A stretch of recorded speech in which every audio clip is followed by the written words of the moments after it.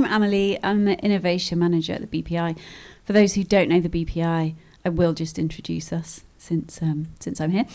We're the British phonographic industry. We are a trade body in the UK. We represent record label rights holders. We have around 400 labels, and we promote British music at home and overseas. We run the Brit Awards, the 𝗪𝗶𝗹𝗏 Music Prize, co-own the official chart company. Myself and my colleague Leon, here in the audience, head up our internal innovation team. A lot of what we do is meeting with startups, trying to support the wider ecosystem as best we can, trying to help educate people on how labels work, and also essentially running A&R for tech for our record industry members.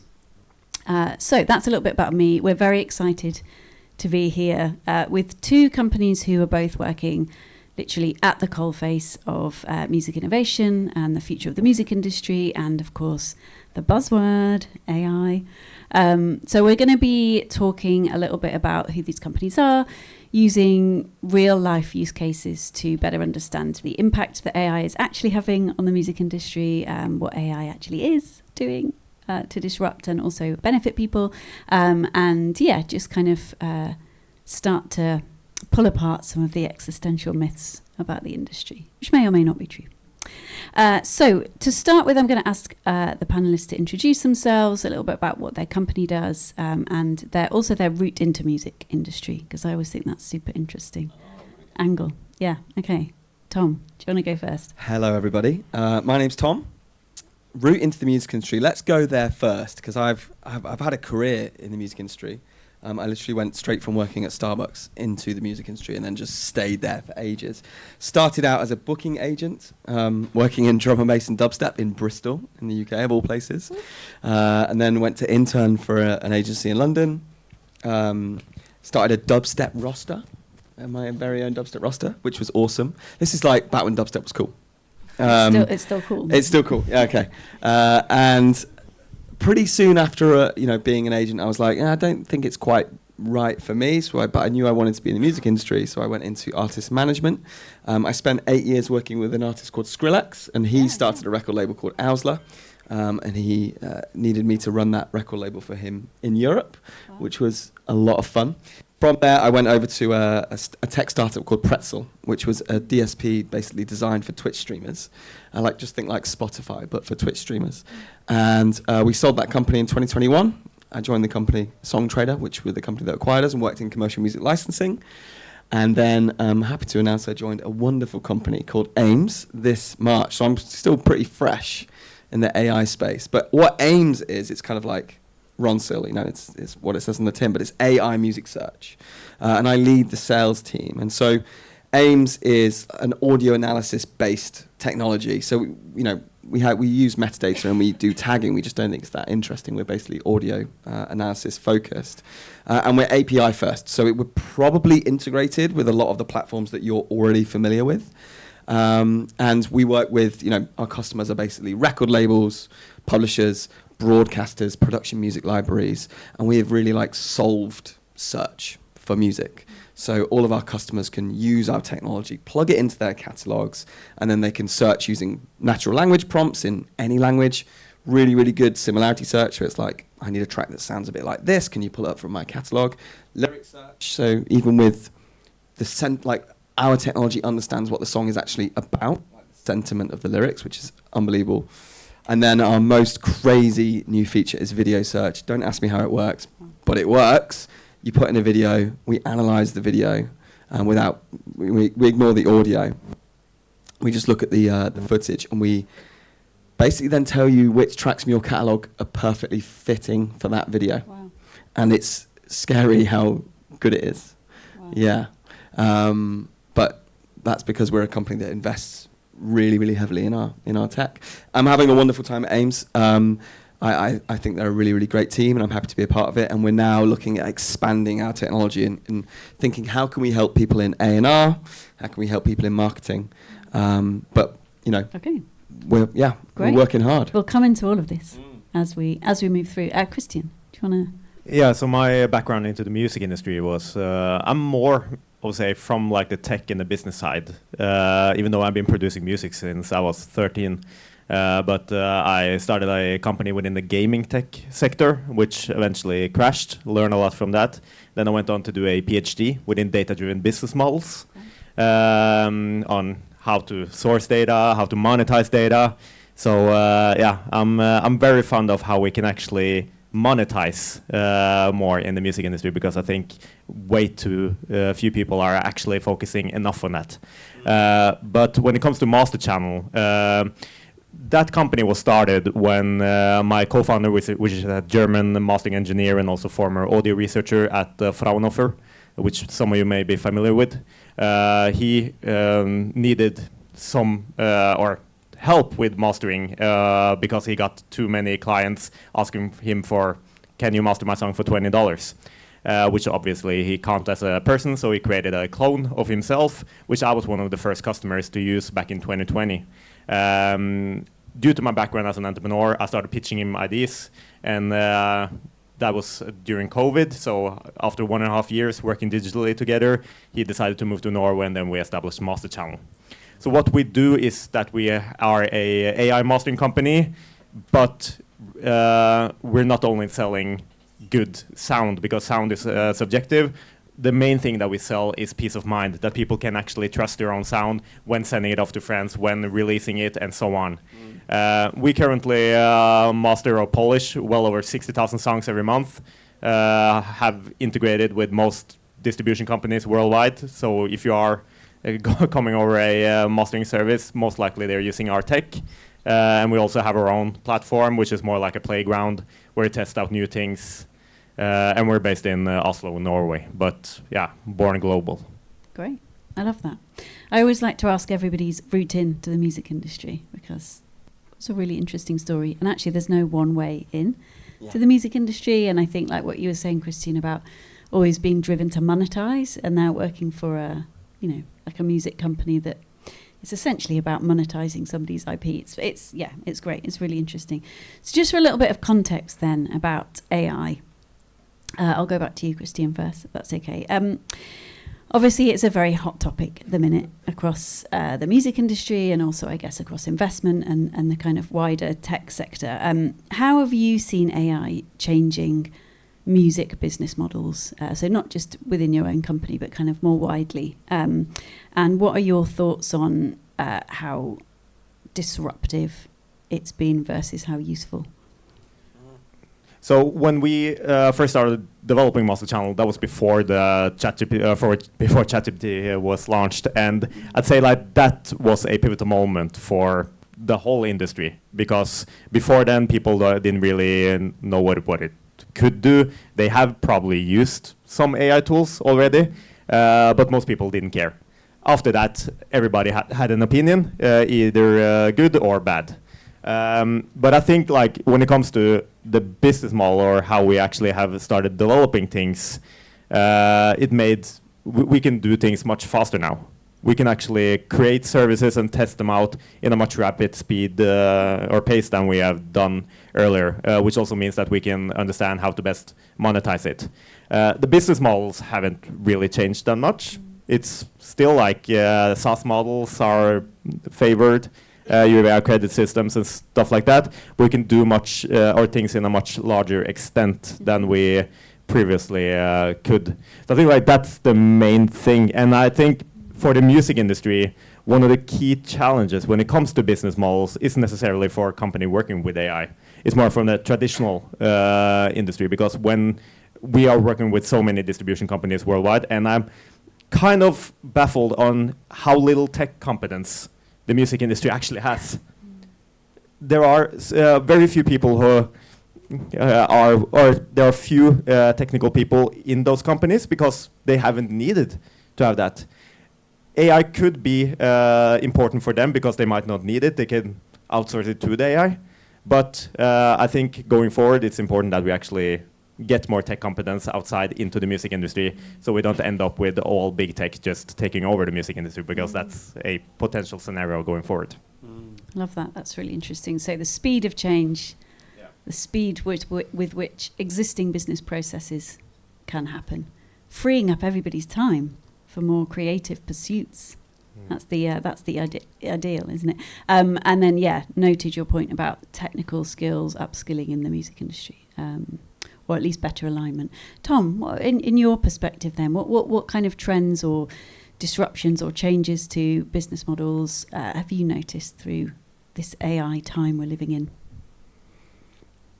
I think what you said about ChatGPT is so right. I think that was such like a pivotal moment in the history of AI in the sense of introducing it to the wider public. But I've been surprised at how quickly AI has been adopted in the music industry.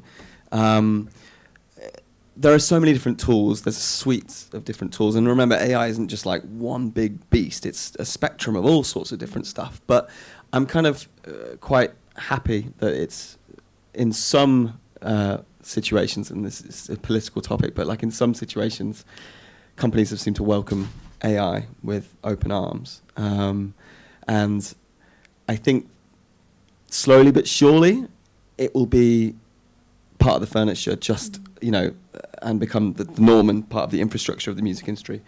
When the internet came about and when streaming came about and these, and YouTube and all these big disruptive technologies, the music industry is quite good at being like, oh shit, like what's this? And getting a little bit scared about it. And then they start to understand it and then they learn how to exploit it. And I think exactly the same thing is going to happen with AI. Yeah, that's really helpful. Thank you.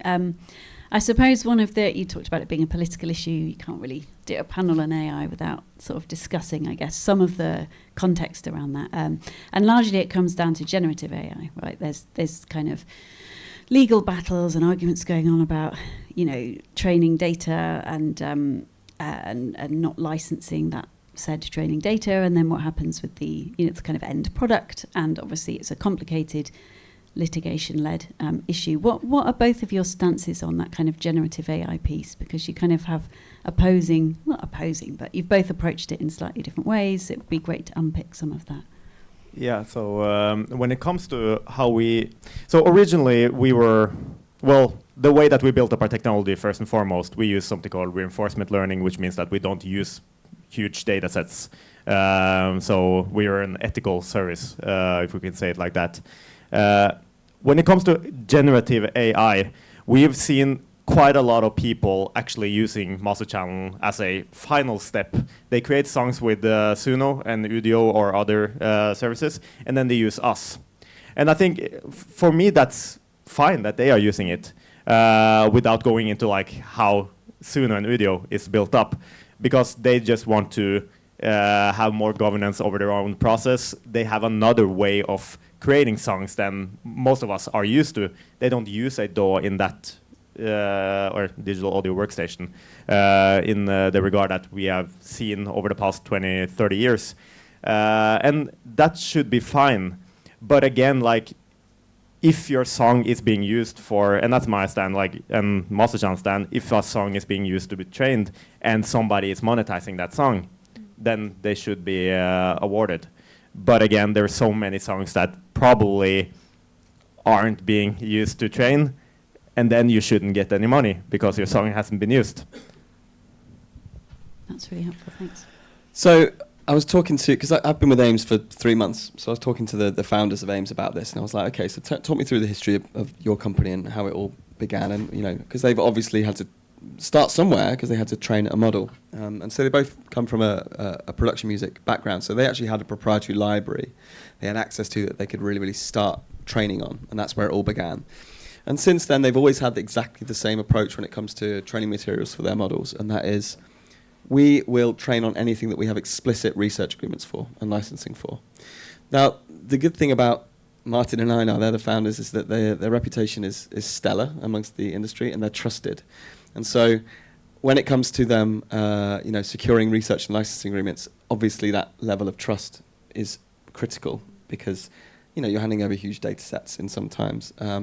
But that's the AIMS approach. And speaking about generative AI specifically, it's just not something that interests us. Like we as a company, we've come up with, there's this valuable problem that needs to be solved in the music industry, which is search and discoverability. we're going to focus on that, and that's what we're going to do. Like, we don't really need to go into generative. There's no reason for us to do that.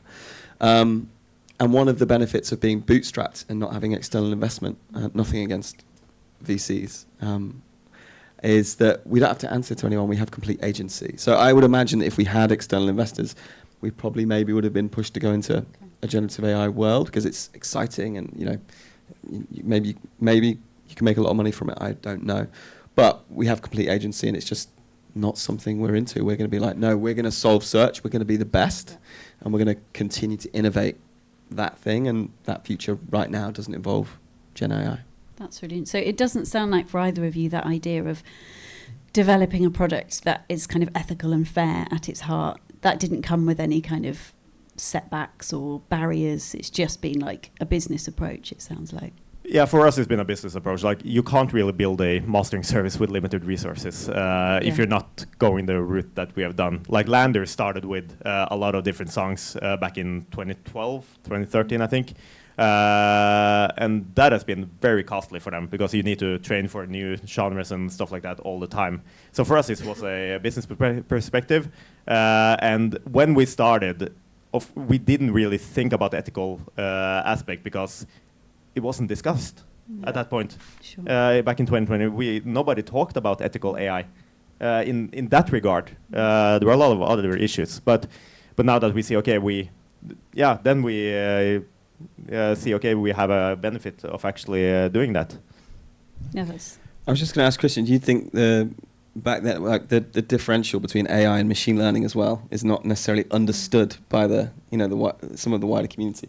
Yeah, I think a lot of people don't really understand the difference between the machine learning reinforcement learning or the different models. I also think generative AI is becoming kind of a bad word, but generative AI that's something that we're going to have, and you probably use it quite a lot during a day. It's more about what do you actually train it on. Yeah.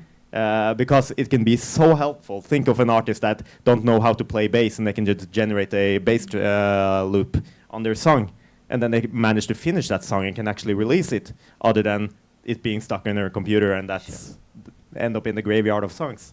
So we should really start to think about what is actually generative AI, and then we can go into discussion. Okay, how do you train it? And then we should monetize, or we should pay the people that we use the data set for. I was just going to say we could get super philosophical and talk Nietzsche and and ancient Greece and talk about, because what is ethical AI? Like that's a question in itself. Yeah. Let's not do that right now. But what I will say, and I'd imagine you both agree with me, but I know I have a baby face, but I've been in the music industry for like 15 years. It's a people business, and it's relationships and trust are really, really important. And word gets around pretty fast if you're not a very nice person or you're doing something wrong. And so, you want to talk about ethical AI? I think definitely you get rewarded for doing the right thing, I think. Yeah. But then it's like, what is the right thing? That's a whole other conversation. I guess just what I'm trying to say is, like, it's not a very big industry, and word travels quickly, It is a small industry. Always be kind. Yeah, but then it also depends on, because yes, it's a small industry when it comes to the players that are here at conferences and stuff like that. But a group that we often kind of forget when it comes to music is all the hobbyists that are out there. They are detached from us. And what we see with how they use Udio and Suno, so they don't care. And that's a challenge for the industry, because we can sit here on in our chairs and like, you need to pay or whatever. But if 50% of the world population doesn't really care, how should we solve that? I don't have a proper answer for it right now. But we need to take those into account, and not only the executives at the major labels. Yeah.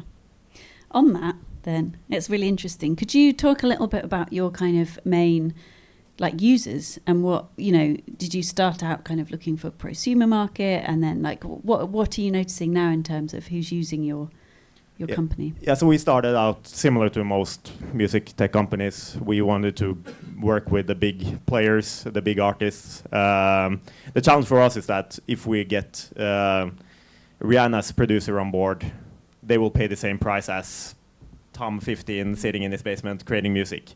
So for us, it's been more lucrative to actually go after the long tail in the industry because they don't have a legacy, and it's easier to onboard them as customers. So that's our focus going forward. And those people are also the one that we can help the most because they are the one that lacks most knowledge. Whoa. I was good, all right? I was good.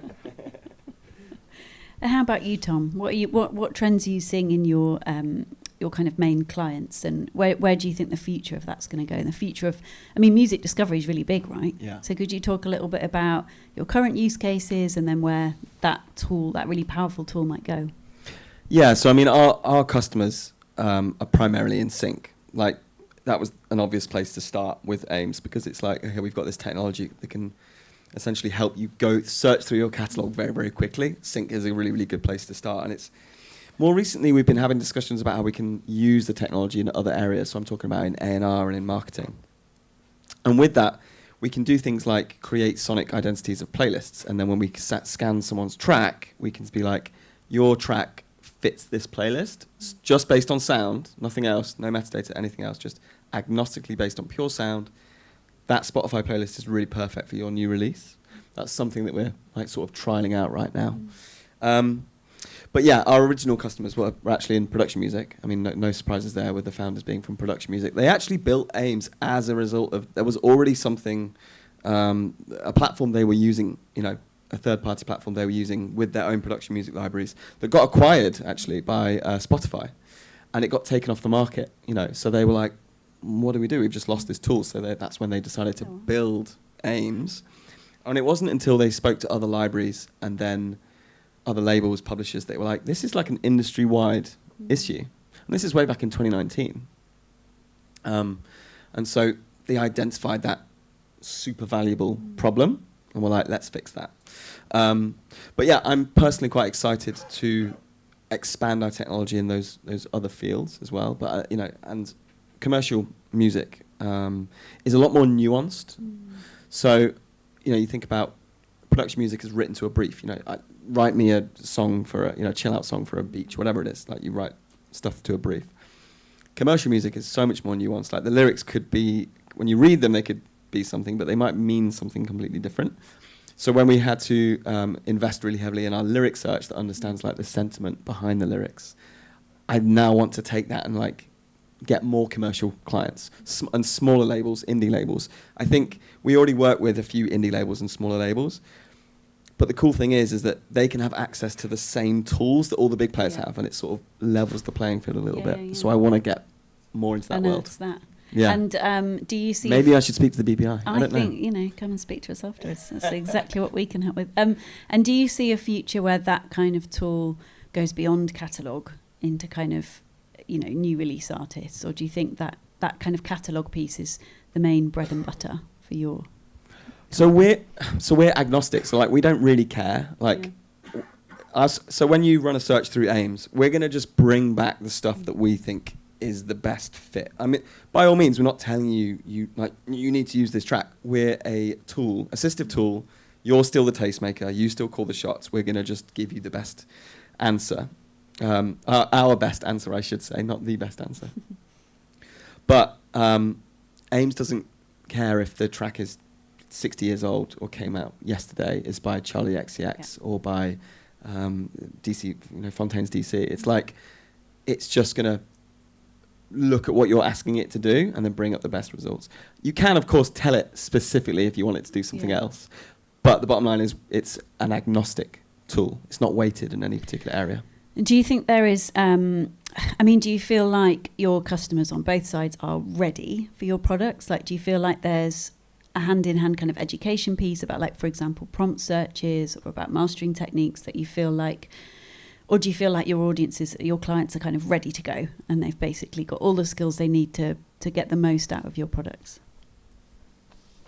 I think they can, well, yeah, most of them are ready. But I think the way that we started out communicating has been kind of hindering our growth to the extent that it could be. Because we started marketing our tool as a AI mastering tool with all these different ways of telling you what is mastering. But the reality is that most people out there don't really know what mastering is in the first place. So for them, it's more about, okay, I want my song to sound professional. So I think we need to dumb down the language and make it much easier for people to understand. Because then you can look at the big growth. And for us, it's been important, like, go to the more and more D2C route, like direct to consumers, because that's where we see the growth. Yeah. They pay with money from other industries, and we need to grow the pie in the music industry, because if we are only targeting the 300,000-400,000 people that actually makes money from Spotify, that's not a potential for a big growth. And do you find there is is there a difference between like human mastering and Masterchannel? So to start off with what we can't do. Okay. We can't sit in a studio with you, sharing a beer and listening to your song and then finalize it together. That's not something that we do, and we probably won't do it either. Where Masterchannel comes in very handy is that we are, first and foremost, much more cheaper. We're more efficient. We don't have a bad day. So our AI works 24/7. And it's consistent quality. So we're seeing more and more catalogs being used, run through our service, because they need to update it, especially if it was released like 15 years ago. Now they want a more modern sound or modern polish. They just run it through us. Yeah, and that's it. Yeah, genius. And Tom, what about you? Do you feel like there is an education skills gap with your users, with your clients? No disrespect to them, or are they? Yeah, I'm going to sit here and be like, oh, these guys are the worst. They're so stupid. They know. Of course. A couple of things I'd say is we do quite often have to teach our customers how to prompt. So it's like, because you can write anything you want, right? And I had this when I first started using ChatGPT. When I first got ChatGPT, I didn't think it was that great. Then someone told me like how to prompt and how to use it, and then I was like, "Holy shit, this is incredible!" And now I use it every single day. It's great, and that's the same sort of thing with, with aims. Like you can type, I need a French chanson mentioning the word amour released between 1995 and 2010, and it'll, if the music exists in your catalog, 'cause of course it's not going to find something that doesn't exist, it'll bring it up. But we sometimes noticed that a prompt search was like Madonna 94, and and it's like that was me. yeah. But they want something that sounds like Madonna that was maybe released in 1994. I think that's what they're looking for, but like they need to learn how to actually do that. Right. The other barrier I'd say that we have is fear. Yeah, sure. Fear's a big one. Now, when we show music supervisors, things like that, what we can do with aims, they're immediately like, I'm going to get replaced. Right, okay. There has not been one music supervisor that has ever been replaced by aims, to our knowledge, and we work with thousands of people. We're an assistive tool. We're a suggestive tool. We're not human. There's a lot of stuff that aims cannot do as well. We can't forge relationships. We can't define your sound, nor should we ever be able to do that. We can just make your life a lot easier. It's bad business if you're a record label or a publisher to have 50 briefs come in a week and you've only responded to 5 of them, right? You want to respond to more briefs. And also you want to not respond to some briefs. Like what I mean by that is you might waste loads of time on a brief and then you actually realize you don't have a track in your catalog that fits that brief. And it's like, oh man, we wasted half a day. What if you could very, very quickly, just go for the briefs that aren't necessarily high value, because everyone always wants the high value briefs, obviously. But what about just going for the briefs that you have the best chance of actually winning? Well, you can use aims for that. Yeah. There you go. I love that. How's my pitch? So really, really interesting. So in terms of there is a bit of education piece in terms of how people can use it as an assistive tool. And first you need to overcome that barrier of, I suppose, that myth busting of like, we're not out to take your job, right? Because that's what a lot of the press talks about, what a lot of people are concerned about. Christian, have you come across any other kind of AI myths or paranoias or barriers in selling to clients, or do you find it totally different on the sort of prosumer hobbyist side because they don't really care and they just want a good service? So Well, we met a lot of like skepticism from people, especially mastering engineers. But again, like a lot of mastering engineers actually use us now to like polish it first, and then they add their special sauce on top of it. One thing that really changed it for us when it comes to like people, how people perceive us, is when we started working or launched a service called 𝗥𝗲𝗰𝗴 AI. So 𝗥𝗲𝗰𝗴 AI is our an AI clone that we made of a Grammy-winning engineer called Wes Clark, where we have essentially gotten his feedback, and then you can get your song mastered in his style or the way that he would do it with his kind of equipment. That way we humanized it in a much larger degree than what has been done before. And that's something that we see also with the updates that we're coming with, and also for AI in general. That people have been afraid of it because it's not human. But the more human elements that we add in, the easier it will be for people to actually use it. And also, that's also a good opportunity for monetization, which is something I love.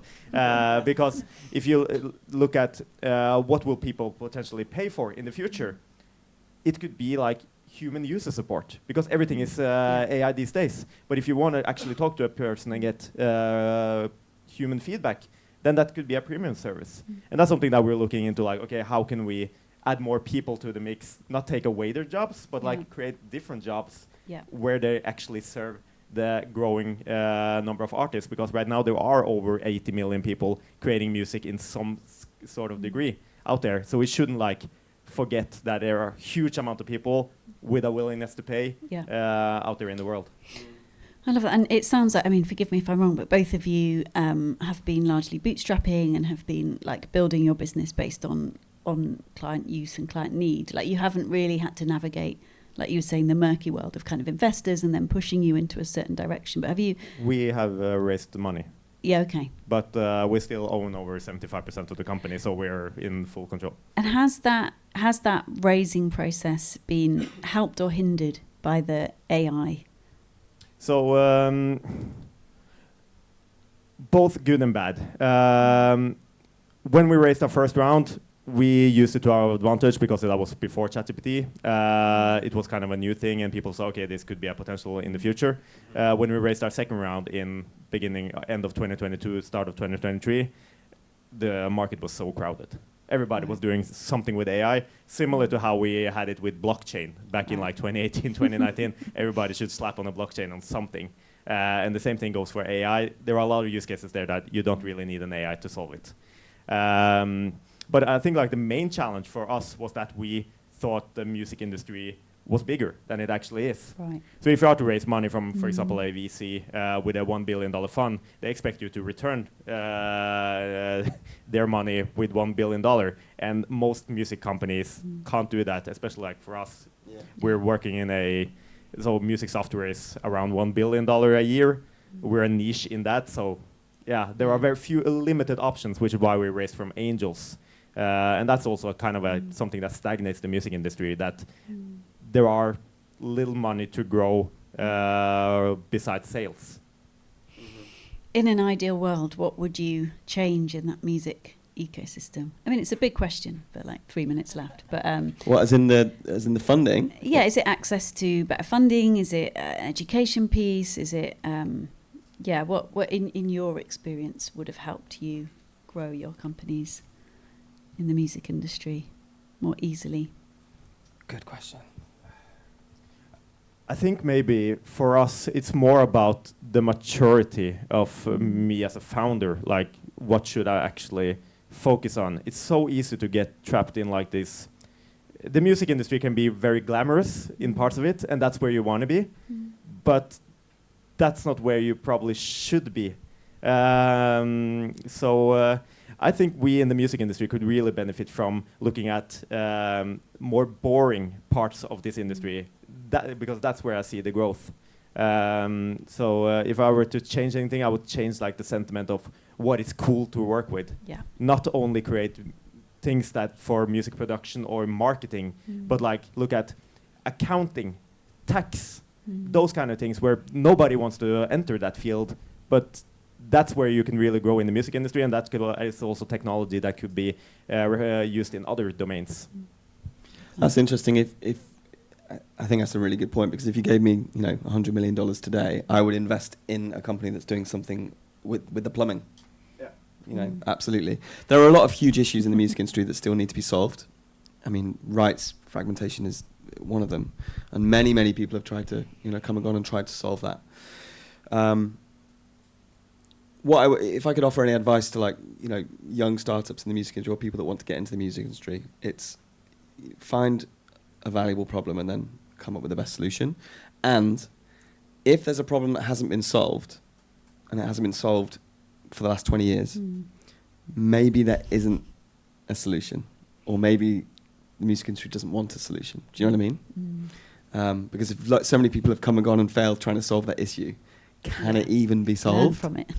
Yeah, absolutely. I love that. Brilliant. Thanks, guys. One more question from me, and then if there's time, from our participants in the audience. Where do you see the biggest disruption coming in the next few years in the industry? Going back to what I started with seeing, I feel like we're at a kind of a crossroad where we could either be in charge as music people ourselves of what is happening in the industry, or we can give the control over to big tech. And I'm a bit afraid of that future because of the recent changes in how the majors are handling Udio and Suno. That rather than suing, they are actually just, now we're just partnering up with them. I don't like that we're going that route, but again, maybe it's a natural one. But that's where I see maybe the biggest pivotal changes that we need to take control over this industry. Thank you. Can I maybe tell you what I hope gets disrupted? It might not be the one, but because of where I've come from in my career, I really hope there's some major disruption in licensing, basic music licensing, because I've spoken to I used to work in commercial licensing, and we had a DSP before that, and then a label where we were trying to pitch our music to be licensed. There are so many people out there, especially on like a UGC level, that are more than willing to pay for music, but they have just no fucking idea how to do it. And a lot of people in gaming as well, they're like, yeah, I'd love to use Skrillex's track in my game, but I don't know how I would even do that. Like, where do I even begin? So I really hope that there's some disruptor that can do like a cross-continental, worldwide licensing phenomenal system. That would be fucking great. Please, someone do that. Something to aim for. Are there any questions? One more, pivotal thing, because I don't know how many of you actually know the services called DataButton or Lovable or those are services where you can create full web services or plugins or whatever you like by prompting. With the creativity we have in the music industry and those tools being available, that's where I see maybe you don't really need that much tech knowledge, at least in the beginning, to create something that are scalable and that actually works to solve big problems. So I think if we manage to get artists or people in the music industry to actually use those services, because we're not the most innovative industry, in my opinion, then we can really make some cool changes here. I love that. Thank you both. That was really great discussion. Yeah. Have we got any questions from our slowly depleting audience? It's late. It's okay. I know. We don't. Nearly beer o'clock. No blame here. I have even two questions and a comment. Olivier Materling from SABAM, the Belgian Collecting Society. Thank you. It was very interesting. A lot of insights to take away. Not home because I'm home. So back to the professional environment where I'm working. I had just one comment. I think it's true that I just to rebound on the comment that you said that some problems maybe the industry don't want to be solved. I think there is also maybe to nuance that's maybe also that the costs to solve the problems are higher than the gains that I can get out of it. But that being said, it's maybe good that there is technology evolving, and maybe we should from time to time revisit those problems to see if the new technologies cannot solve it at a lower price.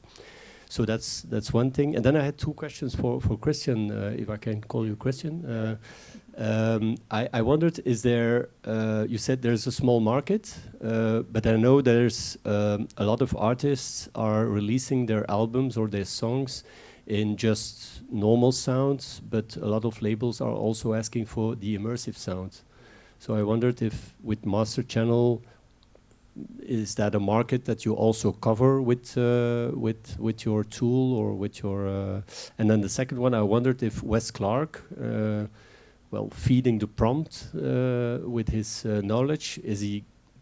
I don't know. Is he getting like a license fee for that, or how is that working? Monetize in a monetized way, like you said you liked monetizing. So I wondered how that monetizes for 𝗪𝗏 then. Yeah. So he's going to monetize your questions right now. $5. Yeah. No. So with 𝗪𝗏, yes, he get paid for every sale. So we have our standard tier, and then we have the tier including 𝗪𝗏 AI. He gets 100% of the money in between. So yeah, it's I'd say a good deal for both of us. When it comes to spatial, yes, we have a service for it. I'm not sure if I'm going to take you into the rabbit hole here, but the whole thing with spatial, so let me give you the brief. So Apple was like 2 years ago, they mentioned you could get 10% extra royalties if you release it spatial. What that actually means is that they take the 100% is now 90%, and then the rest 10% is for spatial audio releases. You as an artist need to have over 50% of your catalog spatialized and played in spatial in order to obtain those 10%. For a distribution company, they don't see it as a single artist, they see it as the whole catalog. So that pot of money in practice only for a couple of artists worldwide. Apple, so we have a lot of people that have used our service, but Apple, which is the only reason why people are using it, because it's money, they are against using stem splitting with AI. And you can't do stem splitting as a human. It's not possible. So when we use that technology to create our service, we started to get pushback from Apple. They started taking down songs, even though you can't hear the difference, you can't see the difference. The only way that they could see it was that people were uploading catalogs from small labels. They can't really afford it. This whole thing ended with, we had meetings with both Apple and Dolby last fall in LA. This whole thing ended with Apple going after us, sending emails to clients, stating that they shouldn't work with us. So we are now going out of that. We're not pursuing it anymore. And is that a problem then with Dolby, or? No, it's just guidelines from Apple. Yeah, but now Apple released their own, 2 days ago they released their own codec. Yeah, so now they are pushing out Dolby. So yeah. But I like, spatial has been tested out 6 times throughout history. This is not the first time. As long as Apple doesn't want it to be, or doesn't open the floodgate, it's going to die out again. It's my prediction here. So there's no real incentive Hot for take. use it. Hot take right there.